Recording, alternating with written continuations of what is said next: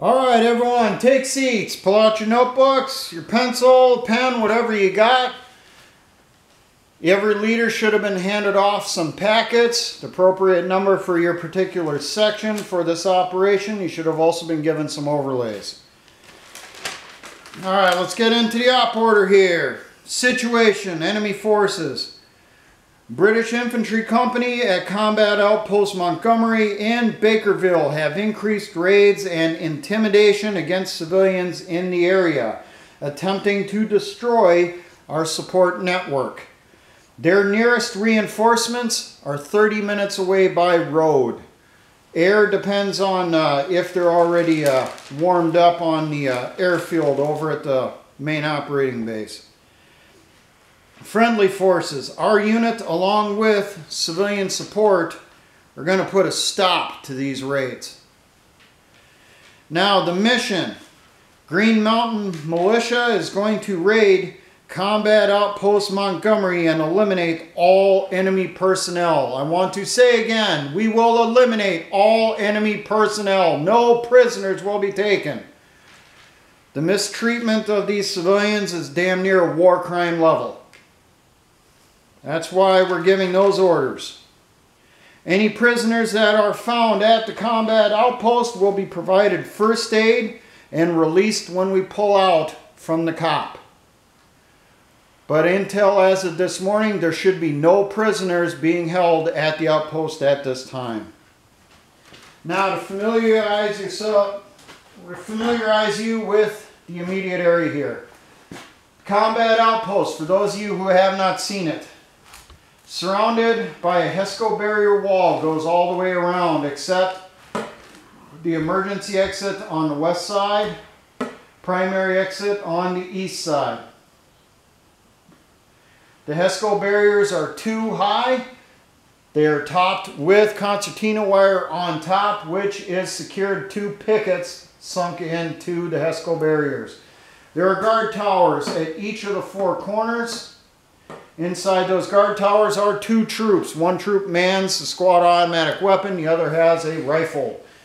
On top of the strip mall, the main area here, inside the COP, there are two roving guards on top at all times. They have a small sandbag emplacement in here that they can shelter in if they start coming under indirect fire. Over on the gate, there is a small connex part way out. Most of it's on the inside. That is their guard shack. It has a layer of sandbags on the inside and a layer of sandbags on the outside, and vision slits cut all the way across on the east side and west side, and then they have kind of portholes going to the north and south that they can look out. The actual entrance is on the inside of the perimeter. The gate itself is chain link fence covered with steel plate. It is on rollers that rolls to the south. The drive coming in is lined with concrete barriers to the north and south. On the north side, right at the end, are two steel hedgehogs. This is so vehicles have to slow down to come in. You're not going to be able to drive directly inside.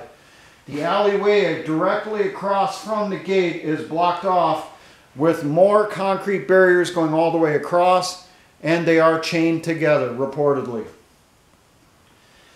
Inside the grounds itself, down here in the southwest corner, is shelters for in case they start taking indirect fire. The west side of the building, there's another shelter. And up here in the northeast corner, there's another shelter. These shelters are concrete culverts covered with sandbags. They also have sandbags on the end to cut down on shell splinters. The emergency exit here has two hedgehogs on the outside, steel gate, not on rollers, it opens to the inside. Parked directly against it, right up against it on the inside, is a cargo truck. To the north of that, we have first one connex, that is the prisoner holding area. Second connex, according to intel that we got from our prisoners, this looks like this is a storage connex. Inside there is probably their SKOs, their sets, kits, and outfits.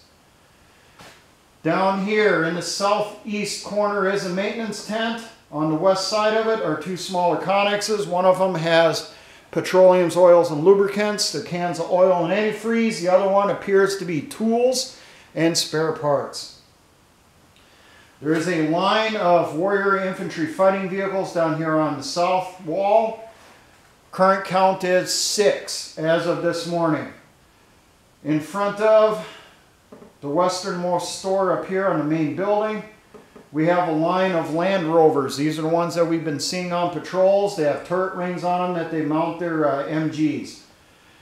Directly in front of the main part of the building over here, the 4 stores, we have a line of MRAPs. They are parked close enough together that one person can get between them with their gear on, but you're not going to have a hell of a lot of wiggle room. They enter them apparently from the back. Now, buildings you need to take note of. Up here in the northwest corner is an abandoned building. We're going to have snipers in there. Down here off the southwest corner, across the intersection, we have O'Reilly's Tavern. Directly across the street from it, the taller of the line of buildings over here, 3 floors. Take note of that building. We're going to have sniper team there. Across the street here, across County 23, the Episcopal Church. Up in the steeple, we're going to be putting snipers up in there. Now, dirty on the layout inside here, if you're going to focus on this. The grocery store over here is where their headquarters is. Front part of it is a briefing area, chairs, screen, projector.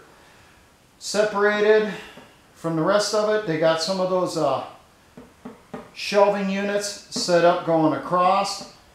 A hallway going down the center between them.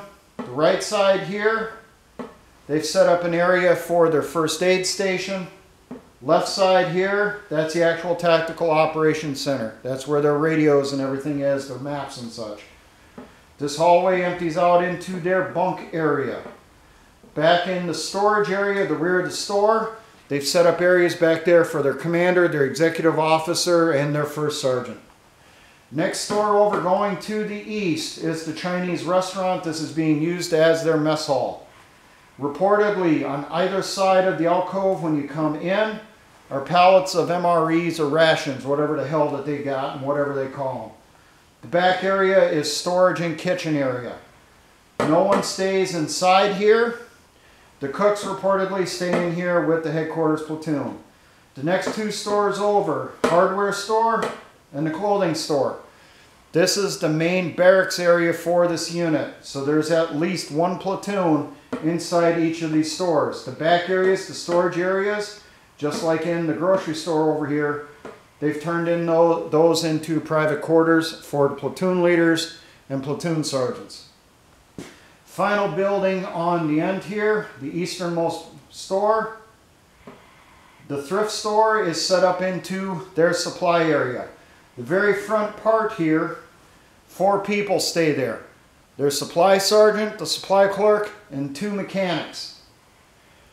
They're separated from everything else by chain link wall that they put in. They have a hallway that goes down. To the right side here, once you get past that gate, that's where they store their small arms ammunition.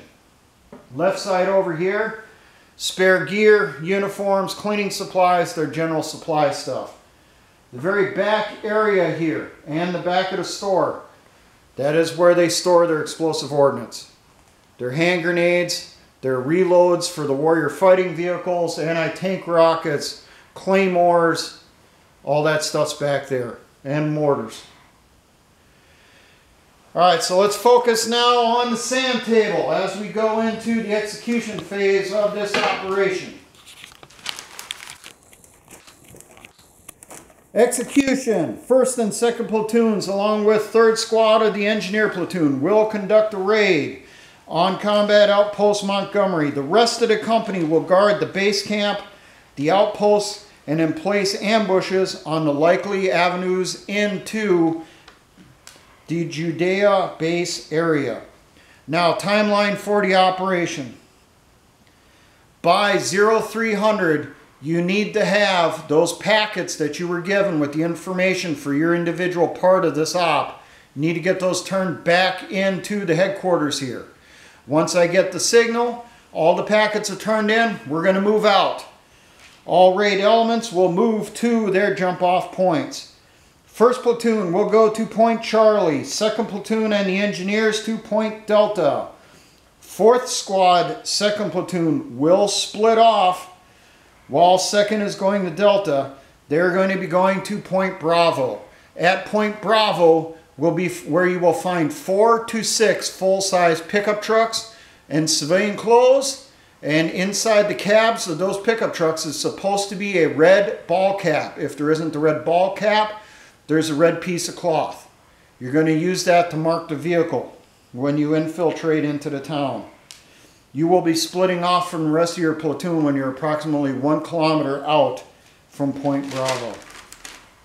All elements must be at their jump-off points by 0600 hours, and they must be hidden.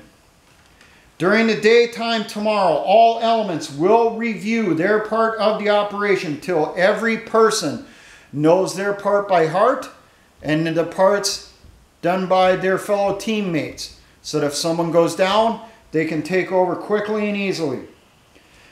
Remember to conduct rehearsals, do some map drills to review routes and that stuff for going in. If you got to set up a sand table, make sure to eliminate it before you leave that area so that you do not leave any intel there that someone can use to figure out what's going on. Leaders, remember, get your people rest time because they're not going to get any tomorrow night. And also make sure that they get fed because it's going to be a while before they get to eat. Maintain security at all times. If there is a breach, if you get found, eliminate that breach. If it is a civilian, detain them until we move on. Now at 1600 hours, our transportation, 4th Squad, 2nd Platoon, will begin their infiltration into the city. You will be changed over into civilian clothes. You will hide your carbines, your body armor, and your night vision inside your cabs, either underneath or behind the seats, depending on the vehicle. You will have that red ball cap or red piece of cloth up on the dashboard when you leave. Starting at 1600, every 15 to 20 minutes, another pickup will take off on their assigned route with 2 people inside. You need to make sure that marker is on that dashboard before you get up to the entry control point into the city that you've been assigned. The deputies manning those control points are looking for that. If they see that red piece of cloth, that red ball cap up on the dashboard, they know to do a cursory check on your vehicle and get you through there as fast as possible. You are coming through at the busiest time of day when everyone is returning to town from work from other cities. So they typically move people through at a fast pace. Now at 2200 hours, the rest of us, 1st and 2nd platoons, will begin our infiltration in town. This is going to be approximately 2 hours after curfew has gone into effect. No one is allowed outside their homes at that time, so we shouldn't have to worry too much about being noticed by someone. 2nd platoon, you will notice 3 spots marked on your route coming in. At these spots are extension ladders, 1 at each location. These are ones that are sitting out. They're next to a garage, in a carport, whatever. Secure those ladders, bring them with. Now, when you get to the block to the west of the combat outpost, before we cross the street to come in, we've already been told that the street lights have been knocked out so that we will be able to cross without being illuminated. We will stay on the western edge of that block on that alley. There's reportedly going to be garages marked with cardboard boxes with painted red X's on them, sitting on top of trash cans right next to garages. The main doors on those garages, the overheads, have been disabled. They're unlocked. We can use those to get inside and hide. When you enter the building, send 2 people in first in case we've been double crossed. You know, there's an ambush inside or booby traps. Everyone else outside will wait till we get the all clear. Then we will go inside and we will hide the extension ladders in there with us. And we will wait till we get our go signal. First platoon, you will notice on your strip map points where the different elements are going to split off as you're getting into position. First off, Sniper Team Red. You will be going to the abandoned building on the block to the northwest of the combat outpost. Your entrance into this building is an emergency exit on the west side of the building. Lock is disabled, door will be blocked open. If something's wrong with that, we've been told more towards the north corner, you're going to see a giant pile of trash. Behind that trash is a broken window going into the basement. You can get in that way. It's just easier to come in through that emergency exit though. Sniper Team White, you're going to take up position on the roof of O'Reilly's Tavern. You get up there by using a dumpster in back to get onto the fire escape to get up to the roof. Team Blue, you're going to locate yourself on the roof of the store directly across the street from the tavern. You will access it by the dumpster in back to get up onto the first level roof on the back half of the building. You will then use the fire escape from there to get up to the roof of the building and get into position. Team Green, you will locate yourself in the steeple of the Episcopal Church off to the southeast of the combat outpost. Your entrance is an alley exit on the west side of the building. Knock on the door 3 times. The caretaker will let you in, guide you through the church to the steeple.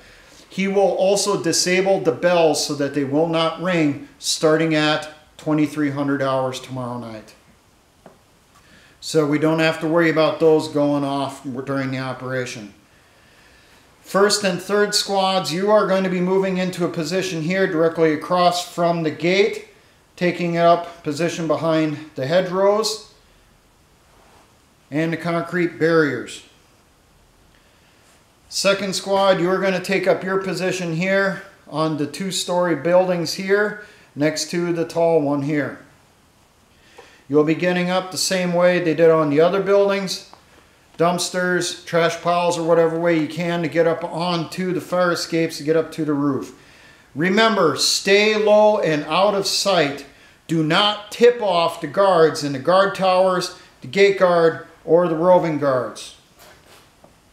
Now at 23:15, all teams will be in position. On your packet is your individual call sign for your team at this point.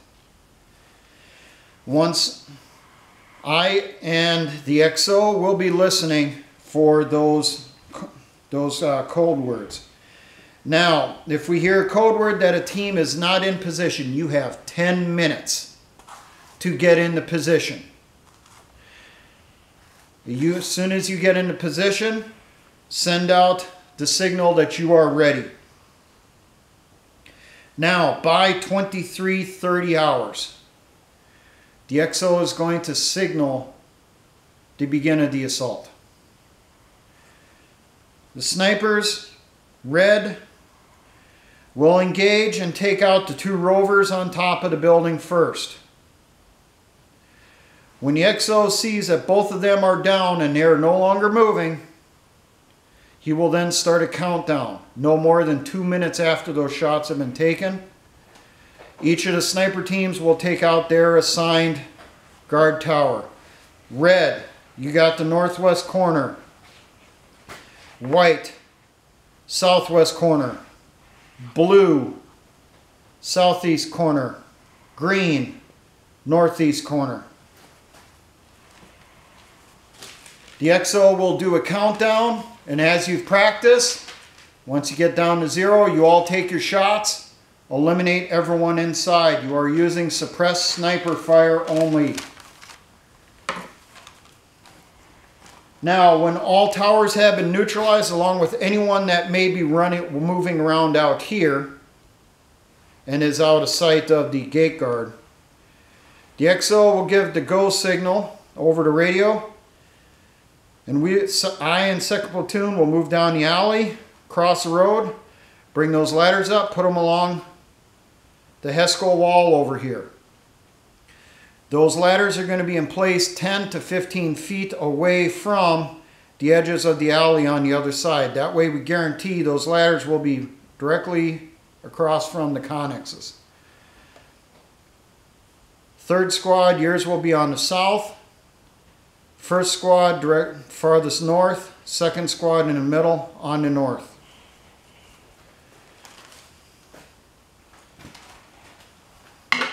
Now,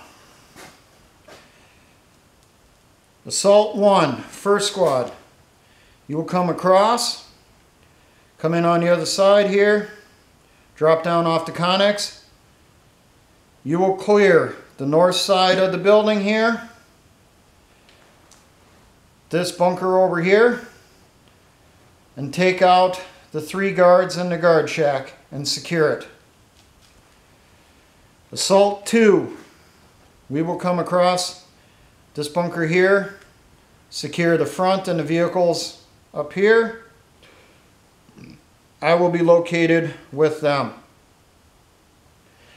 Assault 3, you will come across. Make sure when you come over the top of the connex, you are out of sight of that guard shack. So you may want to come across on the north end or the northeast corner here. You will clear once you see Assault 1 has secured up in here, and you see one of their people on the inside signaling. You will clear the bunkers here, the Warrior IFVs here, maintenance tent over here.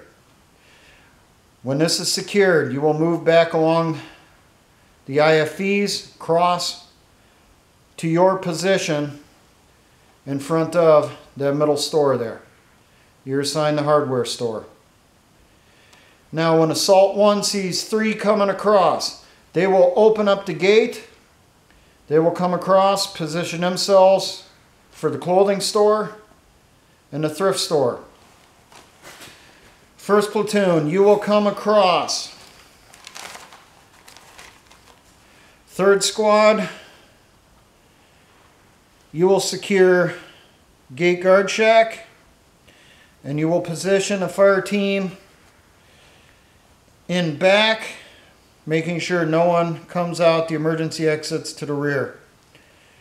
First squad, you will have a team facing north along the concrete barriers, and a team facing south in case we get uninvited guests.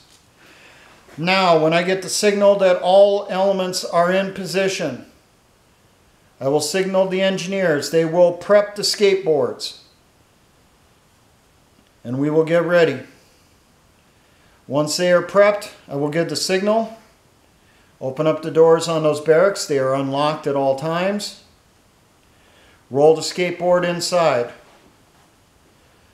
When the skateboard is approximately halfway into the barracks area, close that door, get the hell away from that door, and the engineers will set them off by remote detonation. If they do not go off when you hit that remote, you got that emergency timer which will be set for 10 seconds to set them off. At that time also, Assault 1 will toss 2 hand grenades into the thrift store to take care of the 4 people in there. Assault 2 will enter the headquarters area and will kill everyone inside. After the detonations go off in the 2 barracks areas, your entry teams will go in wearing night vision with the IR illuminators turned on so you see everything moving inside there. Kill anything that moves. No prisoners. Do not be afraid to use hand grenades. Just don't do anything stupid where you wound one of your buddies with one, and don't take any chances.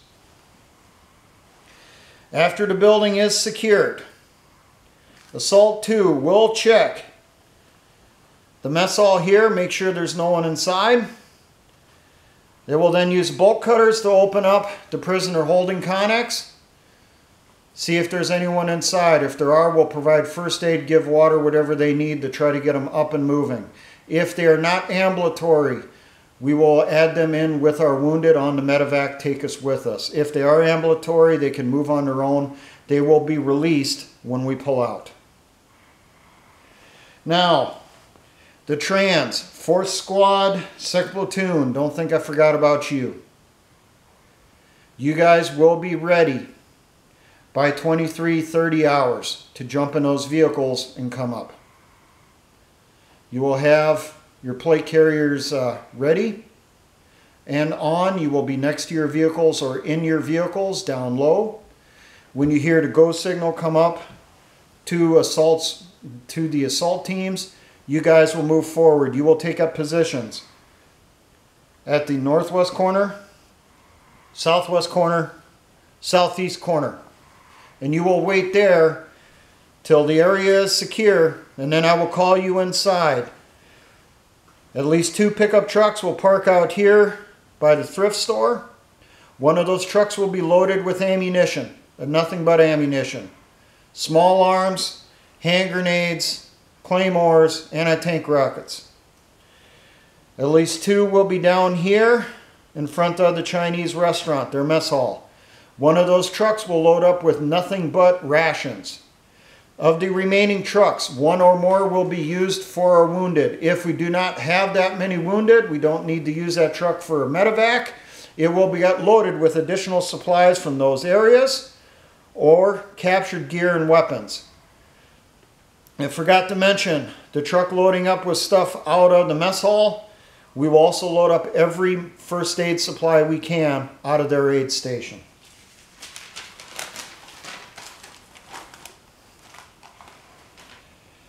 Now, if possible, while these are getting loaded up, we're going to get this truck fired up, we're going to get those Land Rovers fired up, and we're going to get these MRAPs fired up. We will use them to exfiltrate also. I want every person possible loaded up on these vehicles when we pull out. If there's still room that we can shove shit in there, we'll do it. Now the XO will move his people down from the buildings up here. He will rally up here on Main Street in front of his position. Snipers, you will pull back in from your positions to there, link up with the XO. I will notify the XO if we have room in the vehicles that we can take people with. If there's not enough room, the XO has already scouted out a route on the map that he will take to exfil from the city. Exfiltrate, for those of you that aren't smart enough to remember that, or you're too tired. He will get you out of the city, and he will get you up to Outpost Jericho. Now, the vehicles that we are bringing out. The pickup trucks will be brought into the base area, hidden, and downloaded. Casualties will be brought to the aid station at Base Camp Masada. The supplies will be taken to the storage areas that will be designated for them once we know what the hell we got. Now, the MRAPs, Land Rovers, truck, if we have any of those, they will be destroyed on the edge of the base area. Try to make it look like it was a unit that tried moving in, ran into an ambush, and taken out. Those vehicles will be destroyed by the ambushes on that route. The primary route we are going to try to get into the base camp will be Pine Road. If we cannot enter through that way for whatever reason, our alternate is Dead Man's Drive. Everyone understand where we're looking at here, what you're supposed to do so far? You got a few hours that you can go over the plan and get some more rest to get ready. Now, service and support for this operation. The designated marksman from 2nd Platoon will go to 4th Squad, 1st Platoon. 4th Squad, 1st Platoon is going to be our sniper mission. Each marksman will be replaced with a rifleman from that squad. The squad leader and team leader for that squad will stay with them. They will be in charge.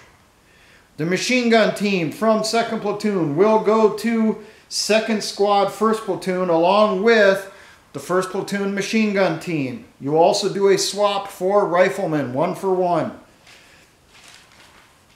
The engineers, 3rd Squad Engineer Platoon, will divide up equally amongst the 3 assault teams. Now, before we leave tonight, as soon as this op order is done, you will prep 2 skateboards the same way we've done it in the past, 3 claymore mines, 1 facing to the front, 1 to each side, nothing to the rear. You will put a battery pack in the middle. You also attach on there a remote detonation receiver and a backup timer. You will also prep 4 satchel charges in saw bandoliers. These are backups for if needed.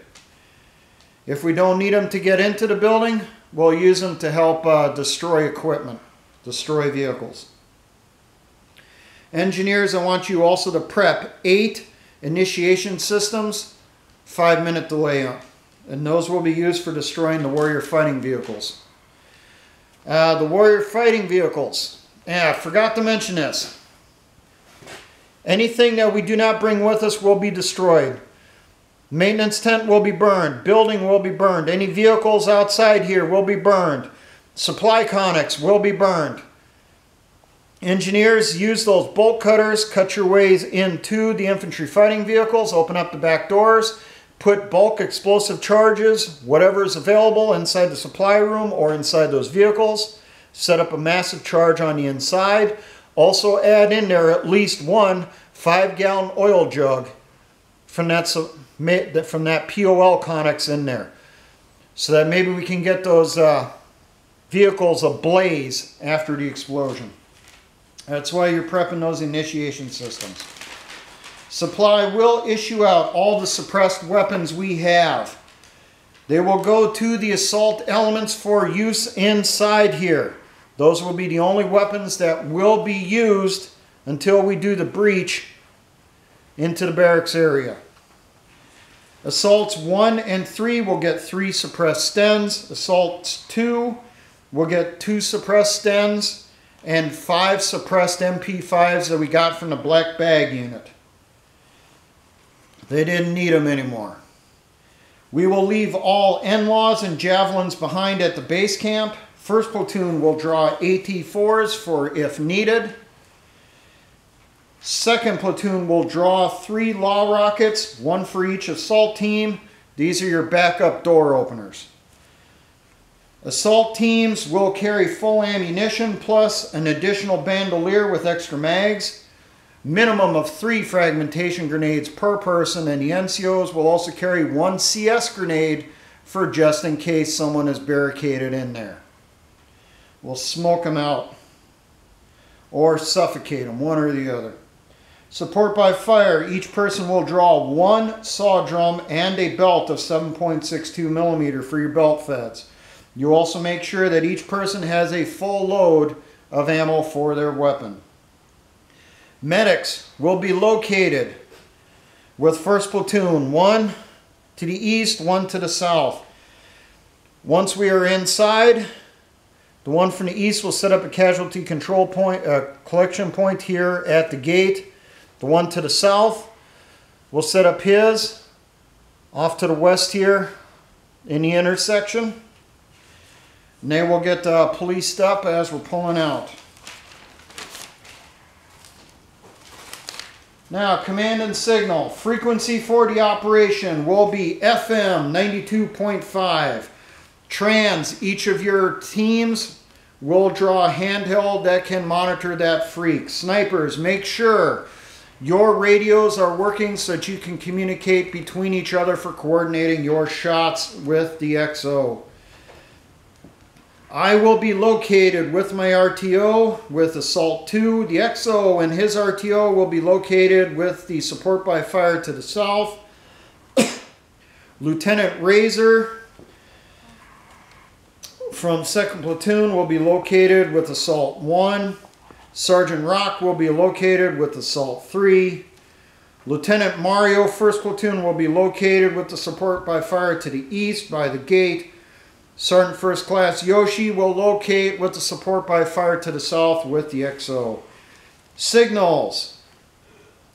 The signal for not in position is umpire. I say again, umpire. When you are in position, it is home run.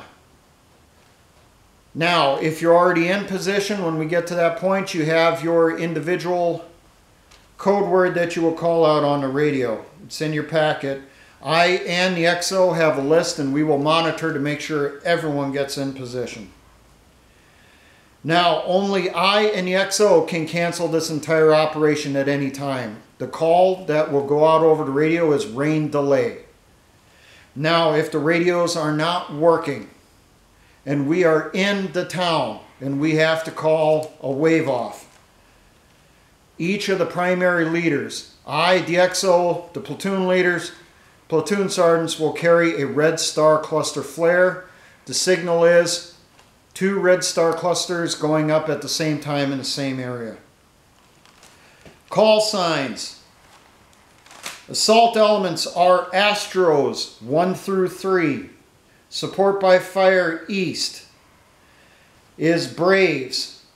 3rd squad is 4. 1st squad is 5. Support by fire to the south is Marlins.